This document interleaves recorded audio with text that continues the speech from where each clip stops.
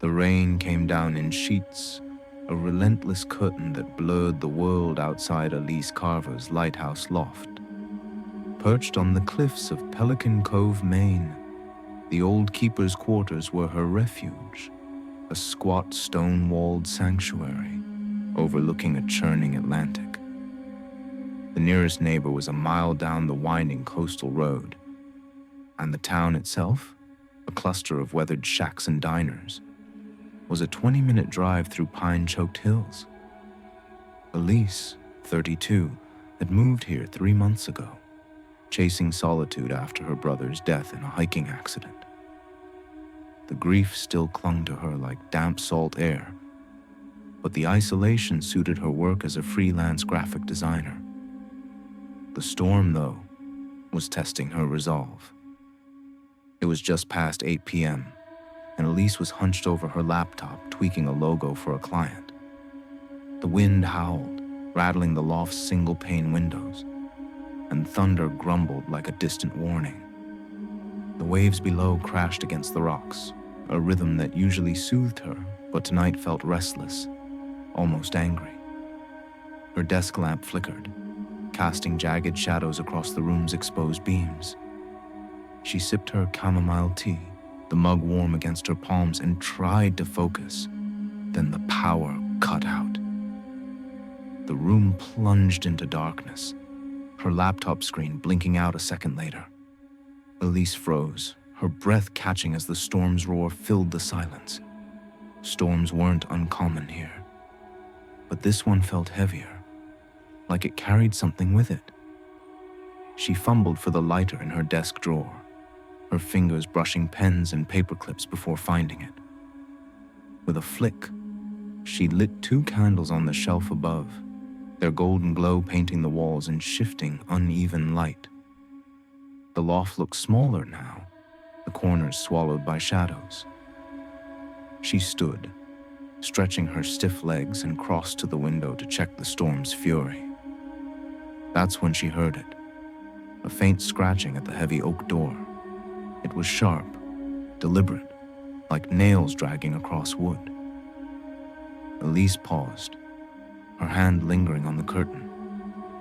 Probably just a branch, she told herself, whipped up by the wind. The pines around the lighthouse were old, their limbs gnarled and prone to snapping. But the sound came again, slower this time, almost rhythmic. Her pulse quickened. She stepped toward the door, the floorboards creaking under her socks, and hesitated. The loft was isolated, yes, but safe. She hadn't told anyone her name since moving here, hadn't even met the neighbors. No one had a reason to be out there. "Elise," a voice called from outside, soft and melodic, cutting through the rain's drone. "I need help." She froze, her breath hitching. The voice was calm, too calm, like someone reading a script. She edged closer to the door's small fogged window and peered out. A figure stood in the downpour, maybe 10 feet away, draped in a dripping raincoat that glistened under the faint glow of the lighthouse beacon. The hood obscured their face, but their posture was unnervingly still. No shivering, no urgency, just standing there as the rain pelted them. Elise's stomach twisted. She hadn't told anyone her name. Not the grocer, not the postman, not even her clients. Her brother's accident had made her guarded, paranoid even, and she'd kept to herself. "My boat wrecked down by the cove," the voice continued, barely audible over the storm. "Just need to use your phone. Please, Elise." The way they said her name felt wrong, like they were tasting it. She gripped the candle tighter, its wax dripping onto her thumb, and shook her head, though she wasn't sure they could see her. "I can't help you," she said, her voice barely above a whisper. "Go to town. There's a gas station." The figure tilted their head as if puzzled, then stepped closer. The candlelight caught their outline through the glass, tall, lean hands hanging loose at their sides. No urgency, no desperation, just that eerie calm. "Come on, Elise," they said, their voice smoother now, almost coaxing. "It's cold out here." She backed away, her heart thudding against her ribs. The room felt smaller, the air thicker. She set the candle on the table and grabbed her phone, but the screen showed no bars. Dead, thanks to the storm. She glanced back at the window. The figure was gone. No footsteps, no splash of boots in the mud, just gone. Her breath caught as she crept to the door and looked out. Wet footprints glistened on the stone path, leading toward the cliff's edge, and stopping abruptly, as if the person had vanished into the air. Elise locked the door, her hands shaking, and turned back to the loft. The candles flickered, casting long shadows that seemed to move on their own. She needed answers, something to ground her. On impulse, she climbed the narrow ladder to the loft's attic, a space she'd barely explored since moving in. Dust motes danced in the candlelight as she rummaged through old boxes, finding a brittle photograph tucked inside a cracked frame. It showed a group of lighthouse keepers from the 1940s, stern-faced men in oilskins. One, standing slightly apart, looked eerily familiar. Same lean build, same hooded posture as the figure outside. Her breath hitched. The scratching at the door started again, louder now, joined by a faint whisper of her name, like a breath against the wood. The scratching at the door lingered in Elise's ears, a sharp, deliberate sound that seemed to pulse with the storm outside. The lighthouse loft felt smaller now, its stone walls closing in as the wind howled and waves crashed against the cliffs of Pelican Cove. The candles on the table flickered, casting jagged shadows that danced across the exposed beams. Elise clutched the old photograph she'd found in the attic, her thumb brushing the face of the lighthouse keeper, who looked too much like the stranger outside. Her heart pounded, each beat loud enough to drown out the rain for a moment. She didn't know who or what had called her name, but the way they'd said it, soft and knowing, made her skin crawl. She shoved a heavy chair against the oak door, its legs scraping the floorboards. The scratching had stopped, but the silence felt worse, like the calm before something broke. Her phone still showed no signal, the storm likely knocking out the nearest tower. She tried calling the local sheriff anyway, holding the phone to her ear as if willpower could force a connection. Nothing but static. Elise cursed under her breath and set the phone down, her eyes darting to the windows. The glass was streaked with rain, blurring the world beyond, but she swore she saw movement. A flicker of shadow near the cliff's edge. She gripped the fireplace poker leaning against the wall, its cold iron grounding her, and moved to the center of the room, away from the windows. The photograph trembled in her other hand. The men in it, lighthouse keepers from the 1940s, stared back with grim expressions. The one who'd caught her eye stood slightly apart, his face half hidden under a hood, his posture eerily familiar. She didn't believe in ghosts, not really. But her brother's death had cracked open a part of her that questioned what was possible. She needed answers, something to explain the stranger, the footprints, her name on their lips. The loft was old, full of secrets. She'd sensed it when she moved in, the way the air felt heavy, like it held onto its history. Maybe the attic had more to offer. Elise set the photograph down and noticed a faint outline on the floor, partially hidden under a rug. She pulled the rug aside, revealing a trap door, its edges weathered but sealed with a rusted padlock. Her pulse quickened. She hadn't seen this before, hadn't even thought to look. The loft was full of quirks, creaky stairs, uneven walls, but a hidden trapdoor felt deliberate, like it was meant to stay forgotten.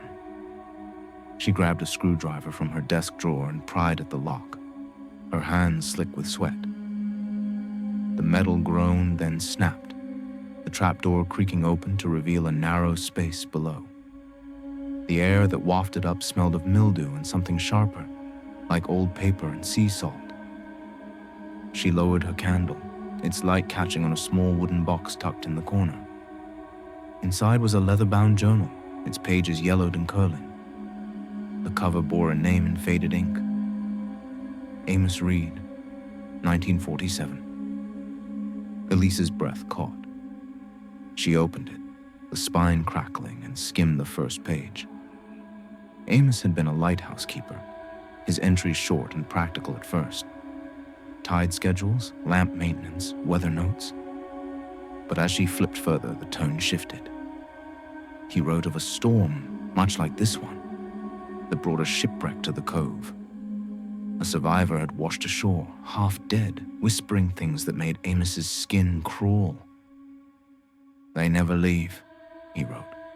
"They come with the rain." A creak echoed from the walls, sharp and sudden, like a footstep on loose boards. Elise froze, the journal trembling in her hands.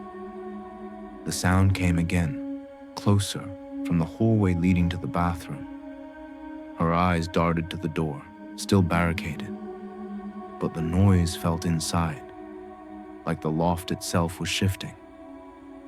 She set the journal down and gripped the poker tighter, her knuckles white. The candles flickered, their flames bending as if caught in a draft. She scanned the room, her breath shallow, and noticed something new. Wet footprints, faint but unmistakable, circling the base of the trapdoor. They hadn't been there before. Her stomach lurched.